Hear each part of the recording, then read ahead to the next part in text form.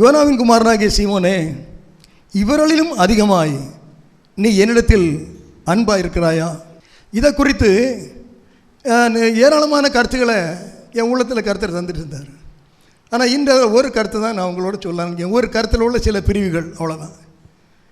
ஆவியானவர் அதை ஏற்றபடி நமக்கு அதை ஆகாரமாக்கி அப்பமாக்கி நம்முடைய வாழ்க்கையிலே தருவாராக. இவர்கள் எல்லாரையும் விட நீ என்னிடத்தில் அன்பாக இருக்கிறாயா? அந்த கேள்வி கேட்டார். ஏசப்பா ஒரு கேள்வியை கேட்குறாருன்னா அதில் ஒரு நோக்கம் அவருக்கு நிச்சயமாக இருந்திருக்கும்ல. ஒரு நோக்கம் இல்லாமல் அவர் ஒரு கேள்வியை கேட்பாரா? நீங்கள் வீட்டில் ஒரு காரியம் இல்லாமல் ஒவ்வொருக்கு பிள்ளைகள்ட்ட யார்கிட்ட ஒரு காரியத்தை நீங்கள் செய்வீங்களா, சொல்ல செய்வீங்களா, இதை கேட்பீங்களா? ஒரு நோக்கம் இருந்திருக்கும். அவர் ஒரு நோக்கம் வச்சிருக்கிறார் பேதுரு மேலே. அதனால தான் அந்த கேள்வி கேட்குறாரு. ஒரு தம்பி நீ இங்கிலீஷ் நல்லா வாசிப்பியா அப்படின்னு நம்ம கேட்டால் ஏதோ வாசிக்க ஒரு அவசரம், ஏதோ ஒரு காரியம் இருக்குது, அதுக்கு அதனால தான் கேட்குறோம், அல்லது கேட்க மாட்டோம். நம்ம கூட சும்மா கூட விளையாட்டு கூட சொல்லுவோம். ஆனால் ஏசப்பா ஏற்ற சரியான காரியங்கள் இல்லாமல் அவர் ஒரு வார்த்தை அவர் பேசுவதில்லை. அவர் இது ஒரு கேள்வியை கேட்குறாரு. அந்த கேள்வியை கொஞ்சம் வெயிட்டான கேள்வியாக இருக்குல்ல, அப்படிதானே?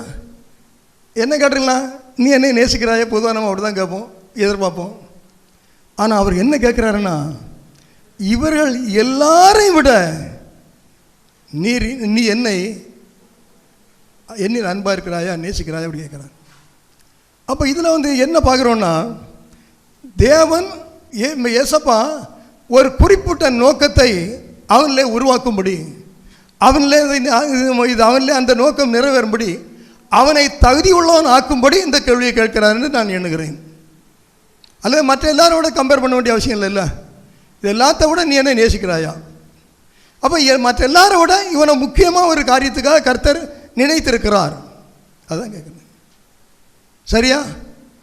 அல்லேலூயா. சரி, அடுத்து இவர்கள் எல்லாரையும் விட அப்படின்னு சொல்லும்போது நமக்கு இந்த வசனம் எதுக்காக கொடுக்கப்பட்டிருக்கிறது? இது கதையோ சரித்திரமோ அல்ல, நம்முடைய வாழ்க்கைக்கு வேண்டிய அன்றன்றுள்ள அப்பங்கள், நம்முடைய நித்திய ஜீவனுக்கான அப்பங்கள். சரீரத்துக்கும் உண்டு, அதுக்கு மேலே நித்திய ஜீவனுக்கான அப்பங்கள் இவைகள். அப்போ இந்த கேள்வியில் இது நாம் பெற்றுக்கொள்ள வேண்டிய காரியம் என்னென்னா, இவர்கள் எல்லாரையும் விட நீ நேசிக்கிறாயா? அப்போ நான் பெற்றுக்கொள்ள வேண்டியது என்னென்னா, என்னோட ஊழியர்களாக இருக்கிற எனக்கு தெரிந்த எல்லா ஊழியக்காரர்களை விட நீ என்னை நேசிக்கிறாயா அப்படின்னு ஆண்டவர் என்கிட்ட கேட்குறாரு. அல்லேலூயா. உங்கள்கிட்ட எப்படி அந்த கேள்வி வரும்னா, இந்த சர்ச்சில் எத்தனை விசுவாசிக்க இருக்காங்க, இந்த எல்லா விசுவாசிகளை விட நீ என்னை நேசிக்கிறாயா அப்படின்னு எடுத்துக்கலாம்ல? எடுக்கக்கூடாதோ? அப்படி தான் எடுத்துக்கணும். அது மட்டும் இல்லை, இவர்கள் எல்லாரையும் விட என்று சொல்லும்போது அதில் இன்னொரு குறிப்பு இருக்கு பாருங்க. இது வேதத்தில் பார்க்கிறோம், மேகம் போன்ற திரளான சாட்சிகள் நமக்கு முன்பாக வைக்கப்பட்டிருக்கிறார்கள். எதற்கு? நாம் அவர்களை பின்பற்றுவதற்கு, அவரிடமிருந்து கற்றுக்கொள்வதற்கு.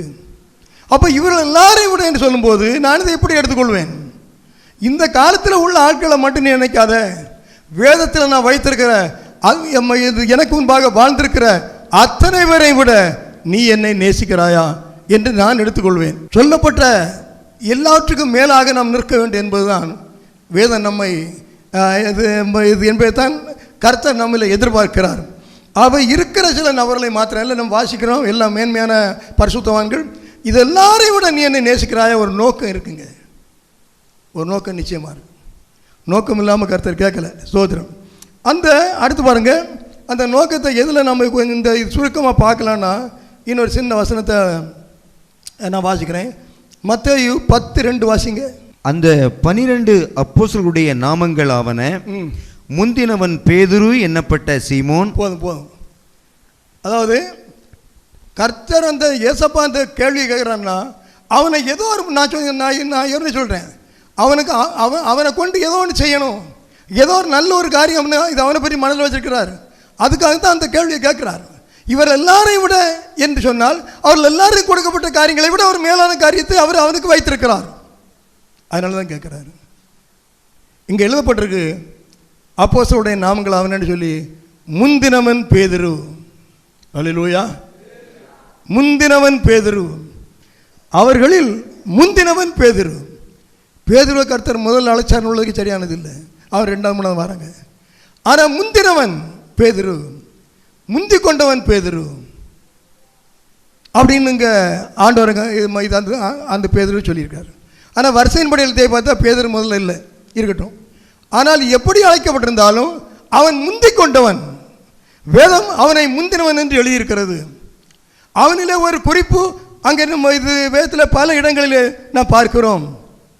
ஆகவே அந்த அவனில் கர்த்தர் வைத்திருந்த அவருடைய திருச்சித்தத்தை செய்யும்படி அவன் தகுதி உள்ளவனாக காணப்படும்படி அவனோடு அந்த கேள்வியை கேட்டார். இவர்கள் எல்லாரையும் கூட நீ என்னை நேசிக்கிறாயா? அல்லேலூயா. உங்கள்கிட்ட இந்த கேள்வியை கேட்டால் என்ன சொல்வீங்க? எங்கள்கிட்ட கேட்கல அப்படின்னு சொல்வீங்களா? இல்லை, அந்த கேள்வி இன்று நம்ம அனைவரோடும் கேட்கப்படுகிறது என்பதை தான் நான் சொல்லுவேன். வேதம் வஞ்சகமானதல்ல, பட்சபாதம் உள்ளதல்ல.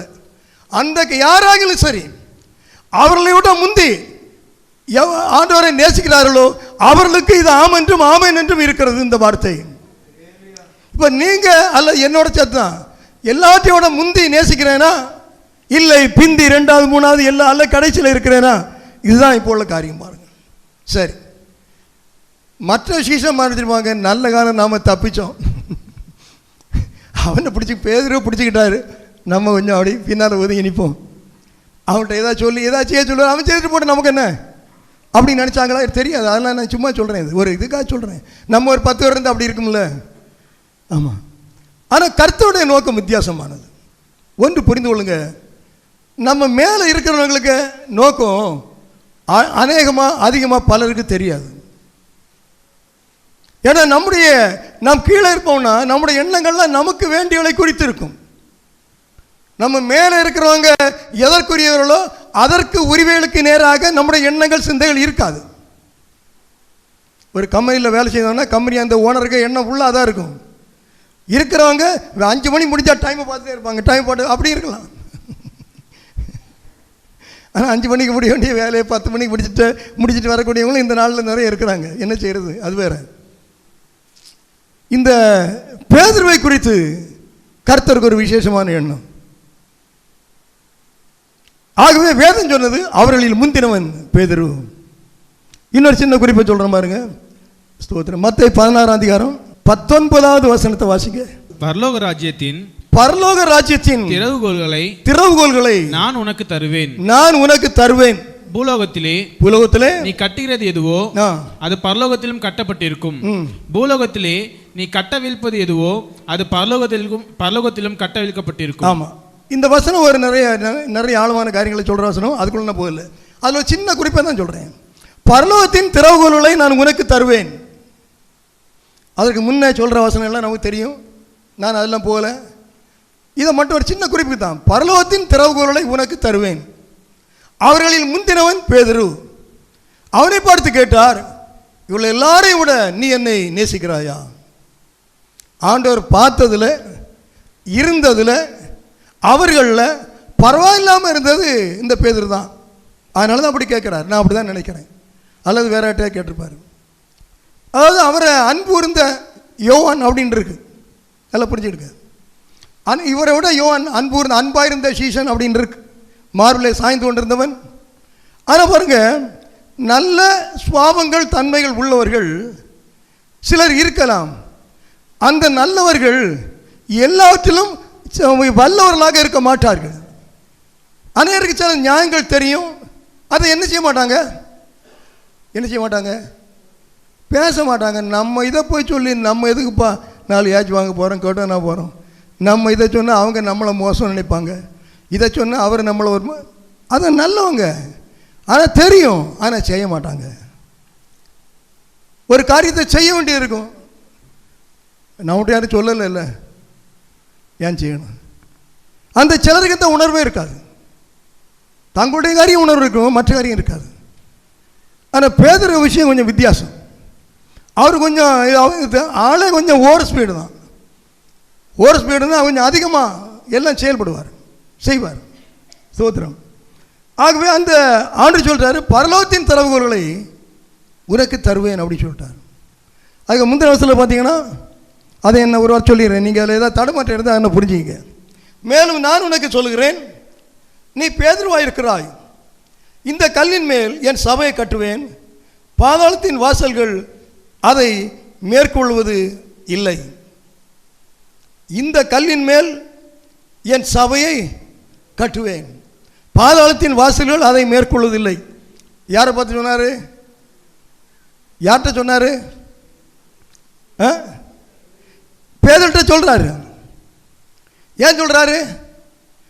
அவர் கேட்ட கேள்விக்கு பேதுரு கரெக்டாக அவர் பதில் சொல்லிட்டார். நல்லா புரிஞ்சுடுங்க, சப்ஜெக்டை புரிஞ்சுடுங்க. நம்மளாம் வஞ்சிக்கப்படக்கூடிய இடம் அதான் என்ன சரியாக சொல்கிறேன் நான். இது ஆண்டவர் கேட்ட கேள்விக்கு பேதுரு கரெக்டாக பதில் சொல்கிறேன். நீங்கள் யாரப்பா, நான் யாருன்னு சொல்கிறீங்க? நீர் மெய்யான தேவனுடைய குமாரனாகிய கிறிஸ்து அப்படின்னு சொல்லிட்டார். அல்லேலூயா. நாம் இன்னும் எல்லாமே படிச்சிருப்போம் கிறிஸ்தவங்க பரம்பரையா, ஆனால் இயேசு கிறிஸ்து யாருன்னு நமக்கு தெரியுமான்னு தெரியல. அல்லேலூயா. ஆமாம், இயேசு கிறிஸ்து யாருன்னு எனக்கு தெரியுமான்னு தெரியல. நீங்களாம் தெரிஞ்சிருக்கீங்களா? எனக்கு தெரியாது. ஆமாம், தெரிய வேண்டிய அளவுக்கு தெரிஞ்சிருக்கான்னு எனக்கு தெரியல. நான் இப்போ உண்மையை தான் சொல்லுவேன். தெரிஞ்சிருந்தா நான் இப்படி இருக்க மாட்டேன், வித்தியாசமாக இருந்திருப்பேன். ரைட், இருக்கட்டும். அப்போ அவர் சொல்கிறாரு, பரலோகத்தின் நீ பேதுருவாய் இருக்கிறாய், இந்த கல்லின் மேல் என் சபையை கட்டுவேன், பாதாளத்தின் வாசல் அதை மேற்கொள்வதில்லை. கவனிங்க, அன்றைக்கு பேதுரு அந்த பதிலை சொன்ன உடனே நீ ஜீவனுள்ள தேவனுடைய குமாரன் அப்படின்னு சொன்ன உடனே ஏசப்பா என்ன சொன்னார்? யோனாவின் குமாரனாகிய சீமோனே, நீ பாக்கியவான். அல்லேலூயா. யோனாவின் குமாரனாகிய சீமோனே, நீ பாக்கியவான். ஆண்டவர் அந்த வார்த்தையை ஒருவர்கிட்ட சொல்கிறாருன்னா எவ்வளவு ஒரு பெரிய காரியம் பாருங்க. நம்மகிட்டெல்லாம் சொன்னால் எப்படி இருக்குங்க? ஏன் இந்த இடத்துக்கு நம்மளாம் வரக்கூடாதுங்க? ஆட்கள்கிட்ட ஒரு ஏதாவது ஒரு நபர்கிட்ட ஒரு புகழ்ச்சியான வார்த்தையை கேட்டாலே அப்படியே நெஞ்செல்லாம் நிமிர்ந்துருந்தில்ல, ஒரு இது 1.5 இன்ச் ஹைட்டு கூடிடுது, நெஞ்செல்லாம் நிமிர்ந்துருது, முகமெல்லாம் மலர்ந்துருது. ஆண்டவர் ஒரு வார்த்தை சொன்னால் எப்படி இருக்கு யோசிச்சு பாருங்க. நீ பாக்கியவான்.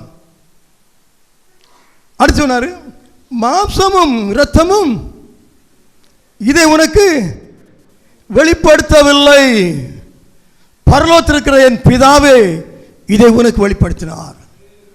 புரிஞ்சுக்கிடுங்க, மாம்சமும் இரத்தமும் ஒரு நாளும் ஆவிக்குரியவர்களை உங்களுக்கு வெளிப்படுத்தாது என்பதை நீங்கள் அறிந்து கொள்ள வேண்டும். அல்லேலூயா. பாஸ்டர், மாம்சத்துக்கு இரத்தத்துக்கு தானே நாங்கள் இப்போ வாழ்ந்துட்டு இருக்கிறோம், அப்படியா? இல்லைன்னு சொல்றீங்களா? தெரியல, புரிஞ்சுடுங்க. நீங்க எதுக்காக வாழ்றீங்க? மாம்சத்துக்கு ரத்தத்துக்காக வாழ்றீங்களா, இல்ல ஆவியானுடைய வெளிப்பாடுக்காக வாழ்றீங்களா, ஆவியானோருக்காக ஆவியானோரோடு வாழ்றீங்களா? மாம்சத்துக்கும் ரத்தத்துக்கும் ஏற்ற ஒரு வாழ்க்கை, ஒரு ஒத்தாசை சபையில கிடைக்கலன்னா எத்தனை பேர் சபையில் இருப்பீங்க? உங்களை போய் நேரடியாக கேட்கிறேன், வருத்தப்படுறாங்க. அல்லேலூயா. ஆகையால் பாருங்க, பவுல் சொன்னான், என்ன சொன்னான்? நான் ஆண்டவர் என்னை அழைத்த போது நான் மாம்சத்தோடு இரத்தத்தோடும் ஆலோசனை பண்ணாமல் நான் அப்படியே போயிட்டான்ப்பா. எனக்கு முன்னே இருந்த பொண்ணு யாரையும் பார்க்கல, அவங்க எப்படி இவங்க இல்ல. அவர் என்னை அழைத்த போது ஆண்டவரே இதோ வருகிறேன் என்று போய்விட்டான். பேது கூட ஒரு இடத்துல சொல்லுவான், இவன் என்னன்னு கேட்பான். நான் யாரையும் கேட்கல, என்னை அழைத்தார், எனக்கு அவருக்கு தான். அல்லேலூயா. இன்றைக்கு நம்முடைய உறவுகளையும் தொடர்புகளையும் உலகத்தோட, மாம்சத்தோட, இரத்தத்தோட, அரசியலோட, அரசாங்கத்தோட, சமுதாயத்தோட இணைச்சு பிணைச்சி கடைசியில் எங்கோ இருக்குதுல இயேசுவோட சபையோட அப்படித்தானே இருக்கு, இல்லையா? அதனால தான் நம்மெல்லாம் போன, எனக்கு ரொம்ப சங்கடமாக இருந்து போன அந்த ஃப்ரைடே ஃபாஸ்டிங் ப்ரேயருக்கு எத்தனை பேர் வந்திருந்தாங்க தெரியுமா? 17 பேர் வந்திருந்தீங்க. எத்தனை பேர்? 17 பேர். நான் சந்தோஷப்படுறேன். ஒரு பக்கம் 17 பேர் வந்தாங்க, சந்தோஷம். ஆனால் எல்லாருக்கும் வர முடியாது, எனக்கு தெரியும். நான் சில யாரையும் தான் தப்பு சொல்லலை, சிலங்க ரொம்ப வெட்டு துண்டாக பேசுவாங்க. அதை விட உனக்கு என்ன அப்படின்னு. நான் அப்படி பேசலைங்க. எனக்கு குடும்பம், உங்களுக்குள்ள குடும்ப பாருங்கெல்லாம் தெரிஞ்சவன் நான். எல்லாருக்கும் வர முடியாது, வரக்கூடியவங்க வரலாம். இல்லை, எல்லாரும் வர முடியாது, ஆனால் வர வசதிப்பட்டவர்கள் வராமல் இருக்கவே கூடாது. அல்லேலூயா, அல்லேலூயா. வர முடியாமல் வந்தவர்கள் ஆசீர்வாதத்தை சம்பாதிக்கிறீர்கள். வர முடியல ஆனாலும் வர அதிக ஆசீர்வாதம். வர முடியும் ஆனா போகல, நீ சாபத்தை சம்பாதிக்கிறாய். சந்தேகமே இல்லை, எனக்கு போகலாம், ஒரு தடை இல்லை, எந்த பிரச்சனை இல்லை. ஆனால் நான் போகல, சாபத்தை வாங்குற நீ. நான் சபிக்கலை, விஷயத்தை சொல்கிறேன். நான் சபிச்சா நடக்காது, ஆசீர்வதிச்சாதான் ஆசீர்வாதமாக இருக்கும். அல்லேலூயா. பாருங்க, அவர் சொல்கிறாரு, மாம்ச ரத்தம் வெளிப்படுத்தல, பிதாவே வெளிப்படுத்தினார். நீ பாக்கியவான். நாமெல்லாம் எப்படி இருக்கோங்க? அப்போ இந்த சட்டிலாம் பற்றிக்கிட்டாக்க பேதர் வராரு. இன்னொன்னே புரிஞ்சுடுங்க, இது நம்ம பிரசங்கத்துக்கு உள்ளதில்லை, இது ப்ராக்டிகல் லைஃப் உள்ள சொல்லித்தாரேன். இதை கேட்ட உடனே எல்லாருக்கும் என்ன அவங்க நினச்சிக்கனாலோ யாருனாலும் தெரியாது. பேதர் என்ன நினைச்சாரோ தெரியாது. அப்படி இருக்கட்டும், விஷயத்தை நீங்கள் புரிஞ்சுடுங்க, என்னோட நீங்கள் நல்லா புரிஞ்சுடுவீங்க. இதெல்லாம் கொஞ்ச நேரம் ஆகல, இந்த பாக்கியவான்னு சொன்ன இதே ஆண்டவர் அடுத்து என்ன சொல்றா தெரியுமா? 23வது வசனத்தில் இயேசு திரும்பி பேதுருவை பார்த்து, எனக்கு பின்னாக போ. யாரு? பாக்கியவன் என்ன சொன்னாரு? சாத்தானே. ஐயோ கடவுளே, எங்களுக்கே கஷ்டமா இருக்கு, நமக்கே கஷ்டமா இருக்குல்ல. உண்மையில கஷ்டமா தான் இருக்கு. பாவம் அந்த பேதுரு. இருக்கட்டும், எப்படி சொல்லிட்டாரு. ஆண்டவர் மேல கோபம் இல்லை, ஆனாலும் சங்கடமா இருக்கு. சரி, இவ்வளோ சொல்லிட்டாரு, இவ்வளோ அவர் சும்மா சொல்லுவாரா? சொல்வதற்குள்ள இடம், சொல்வது முக்கியமான காரியம். கரெக்டாக சொன்னதானே திருந்துவான். நம்ம அப்படி இல்லை, கரெக்டாக சொன்னால் உடனே எது பாதி எப்படி சொல்லலாம், அது வேற இருக்கட்டு. அவர் கரெக்டாக தான் சொல்லுவார், யார் என்ன சொன்னால் என்ன. என்னை பின்னா போ சாத்தானே. ஆண்டவரே, பேதுரு எப்படிப்பட்டவன், நீங்கள் எப்படி சொல்லலாமா? அவன் படகு தாப்பனை எல்லாம் விட்டுட்டு வந்தவன், நீங்கள் சொல்லலாமா? அதெல்லாம் கிடையாதுங்க. இப்படிப்பட்ட வார்த்தைகள்லாம் தவறுகளை மறைக்கிற வளர்த்துகிற வார்த்தைகள், கண்டிப்பான வார்த்தைகளை உருவாக்குகிற வார்த்தைகள். அல்லேலூயா. நான் வளர விரும்புகிறவர்கள் கண்டிப்பை விரும்புவார்கள், சட்டத்திட்டங்களை விரும்புவார்கள், ஒழுங்கு நடவடிக்கைகளை விரும்புவார்கள், கீழ்ப்படிதலை விரும்புவார்கள். வேதத்தின் அடிப்படையா என்ன தெரியுமா? கீழ்ப்படிதல். வேதத்தின் அடிப்படையை கீழ்ப்படிதல், வேற எதுவுமே கிடையாதுங்க. கீழ்ப்படிய முடியாதுங்க யாருக்கும். அதுதான் கர்த்தர் அடிப்படையாக வச்சாரு. எதில்? வேற ஒன்று பண்ண, நீ 100 தடவை வைட்டோம், அதாவது உட்காந்து எழும்பு, அப்படியெல்லாம் கிடையாது. முன்னால எங்களை காதை பிடிச்சிட்டு எங்கள் வீட்டில் தாண்டணும்னா 10 இடம் 20 இடம் எல்லாம் குனியணும், அப்படியெல்லாம் கிடையாது. உனக்கு எவ்வளவோ தோட்டத்தில் கனி இருக்கு, சாப்பிடு, இந்த கனியை மட்டும் சாப்பிடாத. அவன் கீழ்ப்படுகிறானா இல்லையா? அதுதான் கீழ்ப்படுத்தலுங்க. கஷ்டப்படுத்தி இல்லை, உன் சரீரத்தை வருத்தி கீழ்ப்படிய சொல்லல, உன்னை பட்டினி கிடந்து கீழ்ப்படிய சொல்லல, வேலை செய்து உழைச்சி மாடா நொந்து போய் கீழ்ப்படிய சொல்லல, அவருடைய வார்த்தைக்கு கீழ்ப்படிய சொல்லுகிறார். உனக்கு ஒண்ணுமே தராம கீழ்ப்படிய சொல்லல, எல்லாத்தையும் தந்து உன்னை கீழ்ப்படிய சொல்லுகிறார். அதை மீறிட்டான் பார்த்தீங்களா? அதை செய்ய முடியல. சாத்தான் எப்படியாதான் வச்சுக்கணுமோ வச்சுட்டான், எப்படியெல்லாம் வச்சுக்கணுமோ வச்சுட்டான். ஆதியிலே கொடுக்கப்பட்டவர் அதை ஒரு கட்டளை என்று சொல்லப்பட்டிருக்கிறது. பழைய ஏற்பாட்டில் உள்ள ஒரு கட்டளை. நிறைய கட்டளை உள்ள வார்த்தை இருக்கலாம், ஆனால் ஒன்று தான் கட்டளை, அதுதான் கட்டளை. மற்றெல்லாம் குறிப்பிட்ட குடும்பத்தில் தாப்பம் போட்ட கட்டளை, அல்ல வீட்டில் கணவன் மனைவி போட்டு, இதெல்லாம் அதெல்லாம் வேற, அதெல்லாம் சப்பு. ஒரு கட்டளை, தேவனுடைய கட்டளை, இதை பூசிக்காத. அதுபோல புதிய ஏற்பாட்டில் ஒரு கட்டளை. இந்த கீழ்ப்படியாமை வந்து தேவனுடைய கட்டளையை அவமாக்கினபடினாலே அவர் இன்னொரு கட்டளை அங்கே கொடுக்கிறார் புதிய ஏற்பாட்டிலே. அந்த கட்டளை என்ன? நீங்கள் உலகெங்கிலும் புறப்பட்டு போய் சகல ஜனங்களுக்கும் சுவிசேஷத்தை அறிவித்து பிதாகுமாரன் பரிசுத்தாவின் நாமத்தாலே அவர்களுக்கு ஞானஸ்நானம் கொடுத்து நான் உங்களுக்கு கட்டளையிட்ட யாவற்றையும் அவர்கள் கை கொள்ளும்படி அவர்களுக்கு உபதேசம் பண்ணுங்கள். இது 2வது கட்டளை, புதிய ஏற்பாட்டின் கட்டளை. நீ கனியை சாப்பிட்டெல்லாம் முடிச்சாச்சு, போதும், இதை செய். இதை செய்யும்படி உன்னை அதிகாரம் உள்ளவரை மாற்றத்தான் நான் மறைச்சிருக்கேங்க. ஆதாமுடைய கீழ்ப்படியாமைக்கு நான் கிரயம் கொடுத்திருக்கேன். நீ இப்பொழுது பாவியாய் வந்த அந்த மனித வர்க்கம் மாற்றப்பட்டு பாவத்துக்கு பலியாக நானாகி உன்னை பாவம் இல்லாத மனிதனாய் மாற்றி இருக்கிறேன். நீ போ. நீ பாவியா இருந்தவனுக்கு சொல்ல முடியாது, நான் கிரயம் கொடுத்துட்டேன். உன்னால முடியாது, என்னால முடியும், நான் செய்துட்டேன், நீ போ. இது புதிய கட்டளை. அதற்கு அவங்க கீழ்ப்படியல்ல, இதற்கு நான் கீழ்ப்படுகிறோமா இல்லையா, இது நாம தான் தீர்மானிக்கணும். இதற்கு கீழ்ப்படியலைன்னா யாதாம் ஏவாள் தோட்டத்தை விட்டு வெளியே துரத்தப்பட்டது போல நாம பரலோகத்தை விட்டு நரகத்துக்கு போயிருவோங்க. மாற்றம் இல்லை. அல்லேலூயா. அநேகர் இந்த உலக வாழ்க்கையில வெற்றியாய் வாழ்வதைத்தான் ஆவிக்குரிய வெற்றி என்று வெற்றி என்றும் சபை மூலம் கிடைக்க வேண்டிய ஒரு சம்பத் என்றும் எண்ணுகிறார்கள். இல்லை இல்லை இல்லை. அல்லேலூயா அல்லேலூயா. லாசருன்னு ஒரு ஆளை வேதத்தில் பார்க்கிறோம்ல, அவர் எங்கே இருந்தார்? பங்களாவில் இருந்தாரா? ஒரு ஐஸ்வர்யுடைய வீட்டில், அதில் ஒரு வாசப்படியில் அதான் வெளியில் நடந்திருப்பார் லாசரு. அவர் எங்கே போனார்? நரகத்துக்கு தானே போனார் இல்லையா? அவர் பரலோகத்துக்கு போயிட்டாருங்க. ஆனால் இன்னொருவன் ஐஸ்வர்யவான், சம்பத்துள்ளவன், எல்லாத்துக்கும் மேலான, எங்க போயிட்டான்? நரகத்துக்கு போயிட்டான். யோபு திரளான ஆஸ்தி உள்ளவன், ஆனா எங்க போனாரு? பரலோகத்துக்கு போனாருங்க. வேதம் ஐஸ்வர்யத்துக்கு எதிரானதல்ல. அல்ல, ஐஸ்வர்யத்தை விட மேலானது தேவன், பரலோகம் என்பதை நமக்கு கற்றுத் தருகிறவர். சிலவங்க சரியா புரியாம இதெல்லாம பேசுறாங்க. ஆனால் கொஞ்ச நாளைக்கு முன்ன ஒரு மீட்டிங்கில் ஒரு பேசினார், அது நல்லது, தப்பு கிடையாது, அந்த கருத்தை சொல்கிறேன். இந்த மீடியா, இந்த செல் மற்றும் மீடியாலாம் இப்பொழுது சுவிசேஷ ஊழியங்களில் மிகவும் பயன்படுகிறதுன்னு சொன்னார். இல்லைன்னு நான் சொல்லவே இல்லை. ஆனால் நான் எப்போதும் ஒரு குறிப்பை சொல்ல விரும்புவேன். வேதத்துக்கு பதிலாக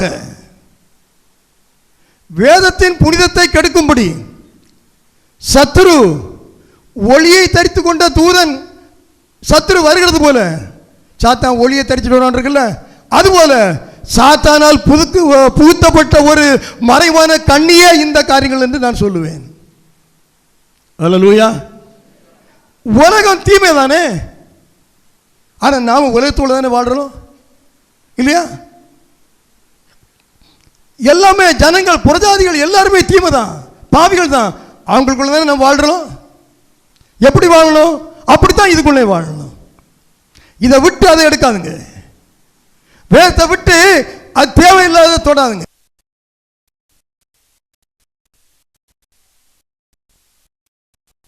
அது தீமை. அல்லேலூயா. இந்த செல்னால எத்தனை பெரிய ஊழியக்காரங்க வஞ்சிக்கப்படுறாங்கன்னு ஊழியர் கூடல பேசுவாங்க. ஒரு தடவை சாட்சியம் சொல்லியிருக்காங்க. நாமெல்லாம் ஏமாத்துறோம். அதான் நான் எப்பவுமே சொல்லுவேன், இந்த பணத்தை பார்த்தீங்கன்னா எப்படி பார்க்கணும்? யாருக்கும் தெரியாதா? உங்கள்கிட்ட சொல்லிட்டு இல்லையா? பாம்பை பார்த்த போல பாருன்னு சொல்லுவேன். பீரோவில் பணம் அடிக்கச்சு இல்லை, அப்படி பார்த்தீங்கன்னா தப்பிடுவீங்க, இல்லைன்னா ஒரு நாள் கறி வாங்குவீங்க. யோனாவுக்கு வர்றீங்க, சீமோனே நீ பாக்கியவான், எனக்கு பின்னாக போ சாத்தானே. முன்னணியில் நிற்கிற விசுவாச பிள்ளைகளே, ஊழியத்தில் உற்சாகமா இருக்கிறவர்களே, நீங்கள் முன்னணியில் நிற்பது அது உண்மைதான். என்னத்தான் சொல்றேன், சாத்தானே என்று கர்த்தரால் ஒரு வார்த்தை வாங்கும்படி நீ பின்னாக போய்விடாதே சொல்லி. அல்லேலூயா, அல்லேலூயா. அப்படி பின்னாக போய்விட முடியும் என்று நான் அறிந்திருக்க அப்படின்னாலே நான் ஜாக்கிரதையா இருக்கிறேன். அது எப்படி நான் போவேன், நான் எப்படி நிற்பேன் அப்படின்னு சொன்னா சங்கடம் தான். கர்த்தர் நம்மை சரியாய் நடத்துவாராக. அல்லேலூயா, அல்லேலூயா. சரி, பரலோகத்தின் திறவுகோலை உனக்கு தருவேன்னு முதல்ல சொல்லிட்டாரு. அவங்களுக்கு விளங்கிச்சோ விளங்கலையோ தெரியல, நமக்கும் விளங்கியிருக்கோ தெரியாது. இந்த வசனத்தில் நீ பேதுருவா இருக்கிறா இந்த கல்லின் மேல் அப்படின்னு சொன்னது யார் சொன்னாரு? சொல்லுங்களேன்னு சொன்னா நீங்க சொல்ல மாட்டேங்கிறது நல்லா தெரியும். ஏன் அதுக்கு மாற்றமா நான் ஒன்று சொல்லுவேன், உங்களுக்கு தெரியும் இல்லையா? பேதுருவை சொன்னார் அப்படின்னு சொல்லுகிறவங்க உண்டு. அது அப்படிதான் இப்படிதான் நான் எதையும் சொல்ல மாட்டேன். வேதத்தில் சில காரியங்களை, எனக்கு தெரியாத காரியங்களை நான் அறிந்தது என்னன்னு சில வேலை சொல்லலாம். இதில் என்னன்னா, நீ பேதுருவா இருக்கிறாய், நீ பேதுருப்பா. பேதுருன்னா என்ன? அந்த ஒரிஜினல் வார்த்தை பத்ரோஸ். நம்ம இந்த பத்ரோஸ்னு பேர் போட்டிருப்போம், ஞாபகம் இருக்கா உங்களுக்கு? முற்காலத்தில் பத்ரோஸ்னு பேர் நிறைய உண்டு, எங்கள் ஊரில் எல்லாம் உண்டு. அதான் பத்ராஸ், பத்ரோஸ். நீ பத்ரோஸ், பத்ராஸ். ஆனா நீ பத்ரோஸ், நீ பத்ரோஸ் அப்படி வச்சுங்க. நீ பேதுரு, பத்ரோஸ். இந்த கல்லின் மேல் நீ இது பத்ராஸ் என்னது? ஒரு கல். கையில் ஒரு கல் எடுக்கிறீங்க இல்லையா, கல். ஆனால் இந்த கல்லின் மேல், இந்த கல்லுன்னு சொல்றது மலை, கண்மலை. நீ கல்லா இருக்கிறாய், இந்த கண்மலையின் மேல் என் சபையை கட்டுவேன். அதுதான் சரியான அர்த்தம், நான் நம்புகிறது. அதுக்கு மேலே எனக்கு தெரியாது. புரியுதா? இதை ஒரு சிலர் இல்லை பேதுரு மேலே சபை கட்டும், அதெல்லாம் கிடையாதுங்க, அதெல்லாம் கிடையாது. கிறிஸ்துதான் சிபாரம். தெரியாமல் சொன்னால் நம்ம தப்பாக சொல்ல வேண்டாம், இதுதான் உண்மை. நீ கல்லா இருக்கிறாய், இந்த கண்மலையின் மேல் என் சபையை கட்டுவேன்னு சொன்னார். இதுதான் உண்மை. அல்லேலூயா. சரி, அது போட்டோம். அப்போ இதெல்லாம் சொல்லி அவர் முடித்த பிறகு நீ சாத்தானேன்னு சொல்லக்கூடிய ஒரு அளவில் வந்துட்டு, ஆனாலும் சாத்தானேன்னு சொல்லிட்டாரு, இனி இந்த பயலை நாம கையில் தொடக்கூடாது அப்படி சொன்னாரா?